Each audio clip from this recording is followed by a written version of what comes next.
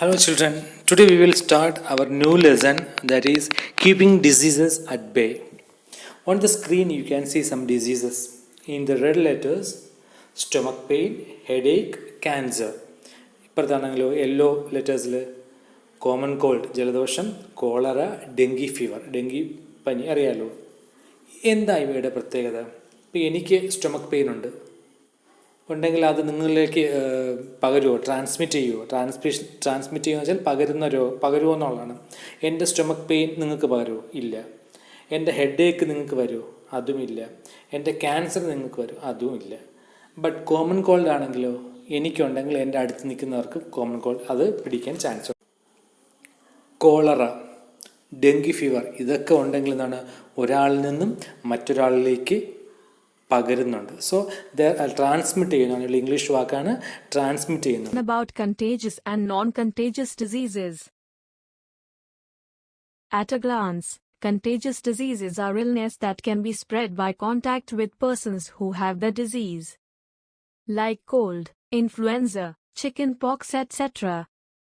And non-contagious diseases are diseases that do not spread from one person to another by contact, like asthma, cancer, and heart diseases.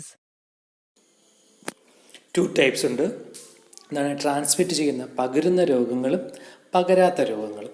പകരുന്ന രോഗങ്ങളെ we called as contagious disease എന്നും, പകരുന്നില്ലെങ്കിൽ non contagious disease. What you mean with this contagious diseases transmitted from one person to other are called contagious. ഒരാളിൽ നിന്ന് മറ്റൊരാളിലേക്ക് പകരുന്ന രോഗങ്ങളെ contagious എന്ന് വിളിക്കുന്നു. അതേസമയം നോൺ കണ്ടേജിയസ് ആണെങ്കിലോ, നമുക്ക് തലവേദനയും വയറ്റുവേദനയും ഉണ്ടായാൽ നമ്മുടെ സൈഡിൽ നിന്ന് വേറൊരാൾക്ക് പകരുമോ? ഇല്ല, പകരില്ല. They are known as non-contagious diseases. Contagious diseases can be spread through coughing or sneezing. We should always cover our mouth and nose when we cough or sneeze. They can also spread through consuming contaminated food or water, or sharing personal items like towels, toothbrushes, and razors. ഇപ്പോൾ last 1 year ആയി നിങ്ങൾ സ്കൂളിൽ പോകുന്നില്ല അല്ലേ, പഠിക്കുന്നില്ല, വീട്ടിലിരുന്ന് പഠിക്കുകയാണ്. എന്താണ് കാരണം? ഒരു ഗ്ലോബൽ പാൻഡമിക് ഡിസീസ് ഉണ്ട് ഇപ്പോൾ അല്ലേ. എന്താണ്? Corona virus. അതുപോലെ കൊറോണ അല്ലേ. ഈ കൊറോണ വൈറസ് കണ്ടേജിയസ് ആണോ നോൺ കണ്ടേജിയസ് ആണ്? It is highly contagious disease അല്ലേ. പെട്ടെന്ന് പകരുന്ന രോഗമാണ് ഈ കൊറോണ എന്ന് പറയുന്നത്. Looking at the situation of the world, we should make precautions a part of our daily lives now. Use mask when going out. Maintain a safe distance with others. Avoid touching your face. Wash your hands frequently. Cover your mouth while coughing or sneezing. Keep your surrounding surfaces clean. Stay home as much as possible. Eat healthy and do some exercise daily.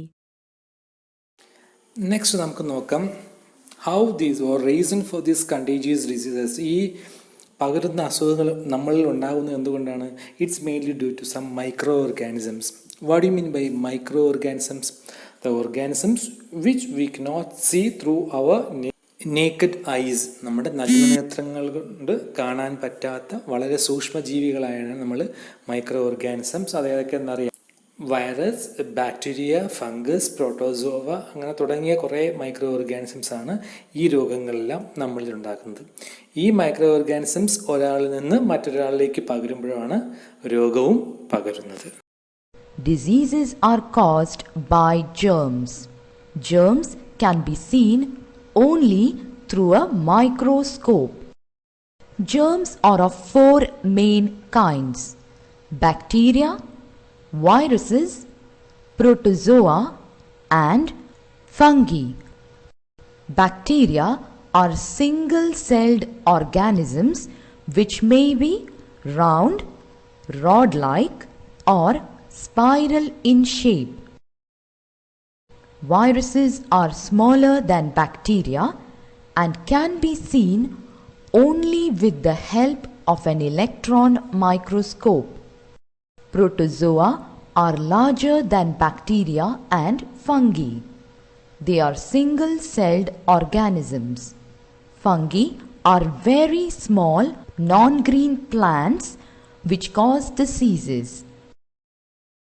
Bacteria cause diseases like plague, tuberculosis, meningitis, typhoid, and pneumonia. Viruses cause diseases like common cold, measles, chickenpox, polio, AIDS, and influenza. Protozoa cause diseases like malaria and dysentery. Fungi cause diseases like ringworm, athlete's foot, and food poisoning. Now we have seen different microorganisms which causes different diseases.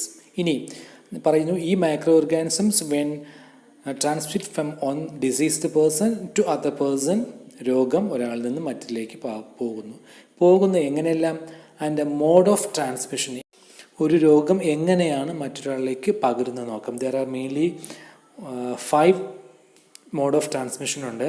Through air, വായു വഴി; through food and water, ആഹാരവും വെള്ളവും വഴി; through house fly, നമ്മൾ ചെറിയ പ്രാണികൾ വഴി, അല്ലെങ്കിൽ മോസ്കിറ്റോസ് വഴി; അല്ലെങ്കിൽ ത്രൂ കോണ്ടാക്ട്, പരസ്പര ബന്ധങ്ങൾ, നമ്മൾ തൊടുക, അങ്ങനെയല്ല, മനുഷ്യൻ അടുത്തടുത്ത് ഇടപഴകുന്നതിൻ്റെ ഫലമായിട്ട് എന്ത് ചെയ്യുന്നു, ഇങ്ങനെ പല ഡിസീസ് ഒരാളിൽ നിന്ന് മറ്റിലേക്ക് ട്രാൻസ്മിറ്റ് ചെയ്യുന്നു. ത്രൂ എയർ, വായു വഴി പകരുന്ന രോഗങ്ങൾ ഏതെന്നോ: കോമൺ കോൾഡ്, ജലദോഷം; ചിക്കൻ പോക്സ്, മീസിൽസ്, ട്യൂബർക്കുലോസിസ് എന്ന് വെച്ചാൽ ക്ഷയം എന്ന് പറയുന്നത്, മീസിൽസ് 5ാം പനി. അതുപോലെ ഇനി ഫുഡ് ആൻഡ് വാട്ടർ വഴി പകരുന്നതൊക്കെ നോക്കാം. റാറ്റ്, എലിപ്പനി; ടൈഫോയിഡ്, കോളറ, ജോണ്ടിസ്, അതായത് മഞ്ഞപ്പിത്തം എന്ന് പറയുന്നത്. ഇനി ഹൗസ് ഫ്ലൈ, ഈച്ച വഴിയൊക്കെ പകരുന്നത് കോളറയും ഡയറിയയും, വയറിളക്കമൊക്കെ വരത്തില്ലേ. ത്രൂ മോസ്കിറ്റോ, കൊതുക് വഴി പകരുന്നത് ഏതൊക്കെയാണ്? ഫൈലേറാസിസ്, അതായത് മന്ത്, malaria, dengue fever, chikungunya തുടങ്ങിയവ നിങ്ങൾക്കറിയാം. ത്രൂ കോണ്ടാക്ട് വഴി ആരൊക്കെ വരുന്നുണ്ട്? കൺജങ്ക്റ്റിവിറ്റീസ്, നമ്മൾ കണ്ണിൽ അസുഖം വരുന്നില്ലേ, പഴുപ്പ്, അത്. ലെപ്രസി, എന്താണ്, കുഷ്ഠം എന്ന് പറയുന്ന ലെപ്രസി. പിന്നെ ഇപ്പോൾ നമ്മൾ കൊറോണയുണ്ട് അല്ലേ, കോണ്ടാക്ട് വഴി.